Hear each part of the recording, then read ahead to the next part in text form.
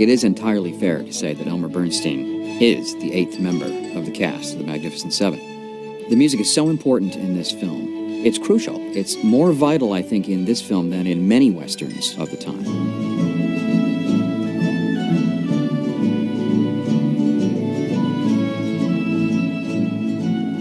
When Elmer Bernstein scored The Magnificent Seven in 1960, he'd been in Hollywood for about 10 years, scoring movies like The Man with the Golden Arm and The Ten Commandments. He's now the longest working active composer in Hollywood, having written scores for over 50 years. He's done over 150 films, but it was really the score for The Magnificent Seven that established him as a real force on the scene of Western movies. Bernstein came from a classical background.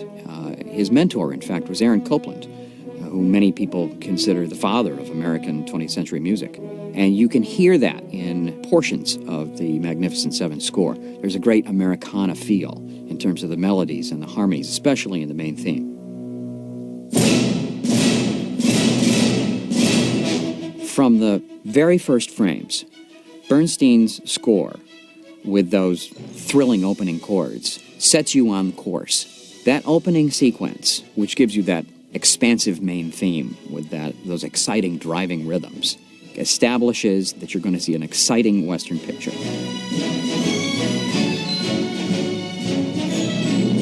The main theme occurs at very specific moments throughout the picture.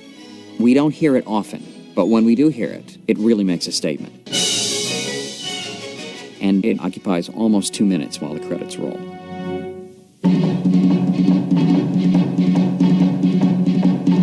And then immediately afterwards, we're plunged into the action as Calvera's gang rides into the town, and you hear the bad guys' theme. 8 notes in low brass with this sort of galloping rhythm behind it. Very dark, grim, threatening music.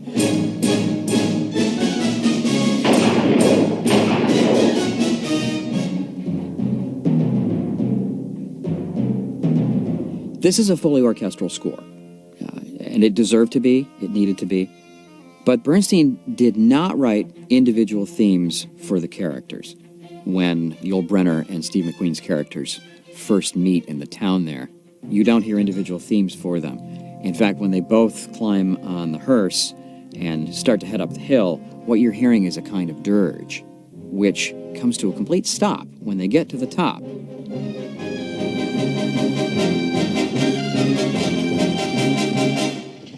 Hold it right there.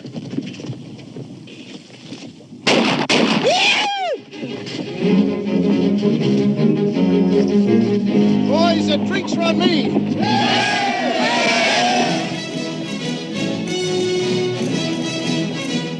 And then when it seems that their job is successful, you hear a kind of secondary Magnificent Seven theme, which is a kind of variation on the main title that we heard at the beginning of the picture.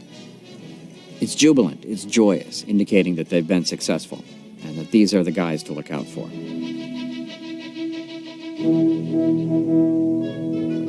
When the six leave for that little Mexican town, Bernstein refers to that sequence as the journey. And that's where we hear the Magnificent Seven theme in all its glory.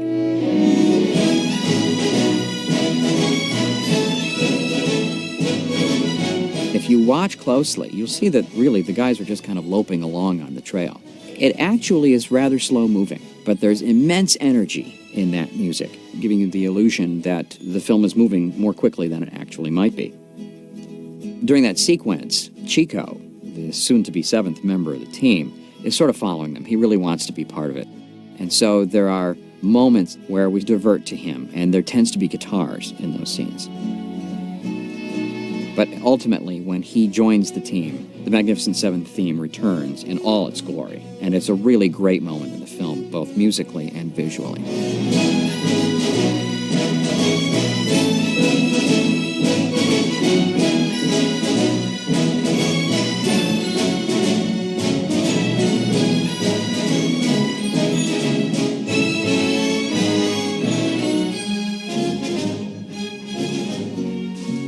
Then when they approach the town, I think, the music tends to become a little bit more Mexican in flavor.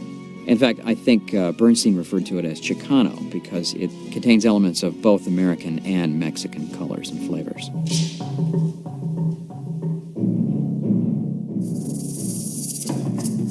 The fiesta music that we hear from time to time in the town certainly sounds authentic.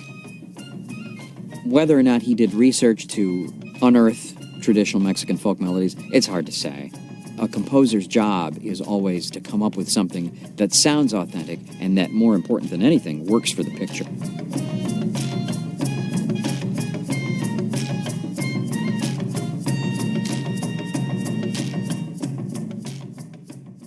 There's not a lot of humor in the picture, but there's a funny sequence where Chico is sort of playing bullfighter with this bull that he spots.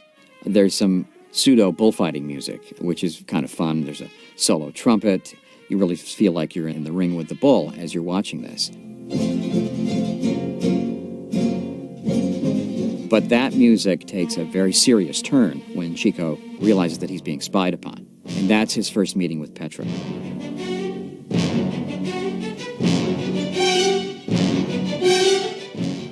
Then a few minutes later, the background music you're hearing, which Bernstein simply called dinner music in his original score, is in fact the music that we then associate with Chico and the girl Petra from then on, as they become kind of romantically involved. And that theme recurs several times later, whenever we see those two together.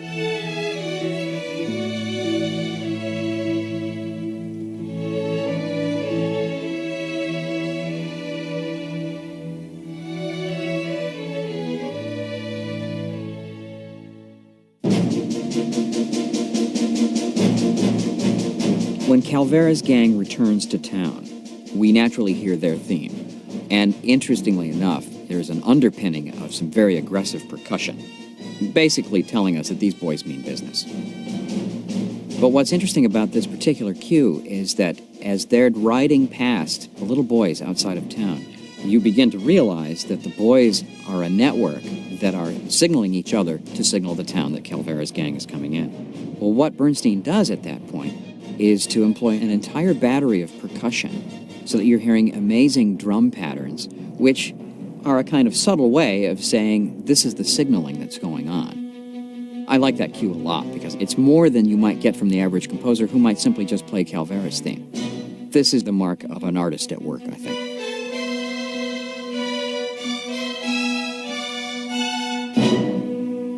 Although the picture itself is very serious, the stakes are high for everyone here. There's a surprising amount of buoyant, joyous music throughout the score. For example, often when we're in the town or when we are associated with the townspeople and the farmers, a lot of that music is really kind of lighthearted. And there's a signature tune for Charles Bronson and the little boys who adore and surround him a lot. By and large, though, you're talking about two main themes that service a lot of the picture. As the seven leave the town, having felt that they've been defeated, there's a sequence which Bernstein calls a crossroads. Bernstein's scoring is rather subtle, and a lot of it's under dialogue, but there's a sort of variation on the seventh theme at that point. And as they decide, one by one, that they're going to go back and fight in that town, the seventh theme returns. This is really the climax of the picture. Bernstein's score helps move us in the same direction emotionally that those guys have decided that they're going to go.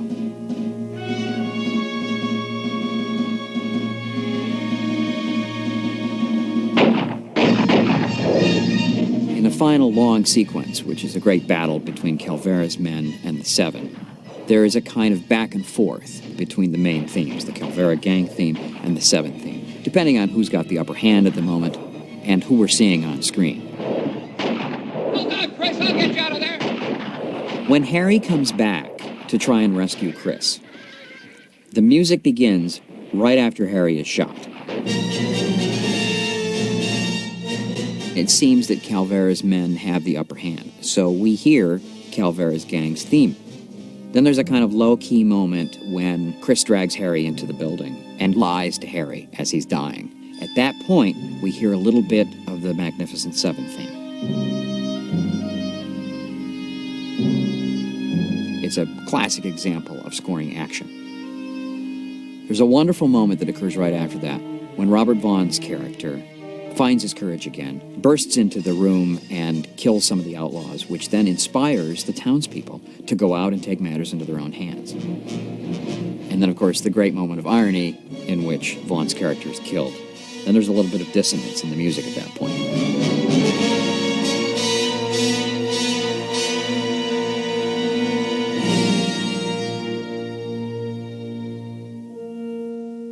When Calvera dies, you hear his theme, but Chris doesn't give him the satisfaction of knowing why, in fact, they came back, which, of course, is plaguing Calvera in his dying moments. You hear his theme as he's dying, but then, once he's gone, the seventh theme returns, and you know at that point that the seven are going to be triumphant.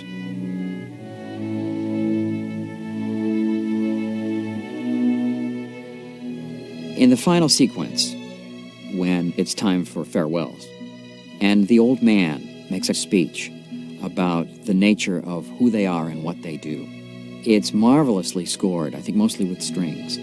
It's a great moment, and it's not something that you're necessarily aware of as you're watching it, but it's a special moment musically, which then, of course, leads to the finale and the sort of brief return of the seventh theme in a very triumphant mode.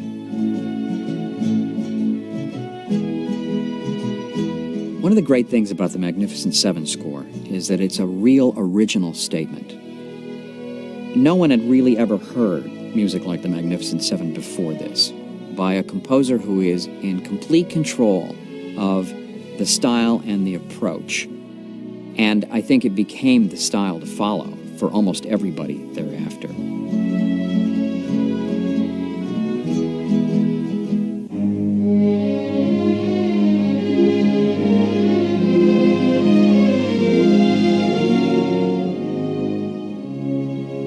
The only Academy Award nomination the film received was for Elmer Bernstein's music.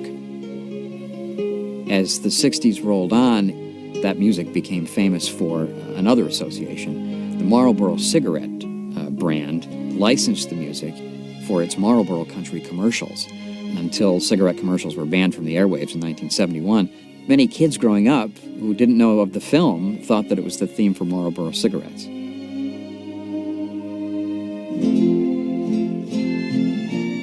It's interesting to me that if the Magnificent Seven had been written as a symphonic statement, a piece for a concert hall, we would revere that today in the same way we revere some of Copland's works.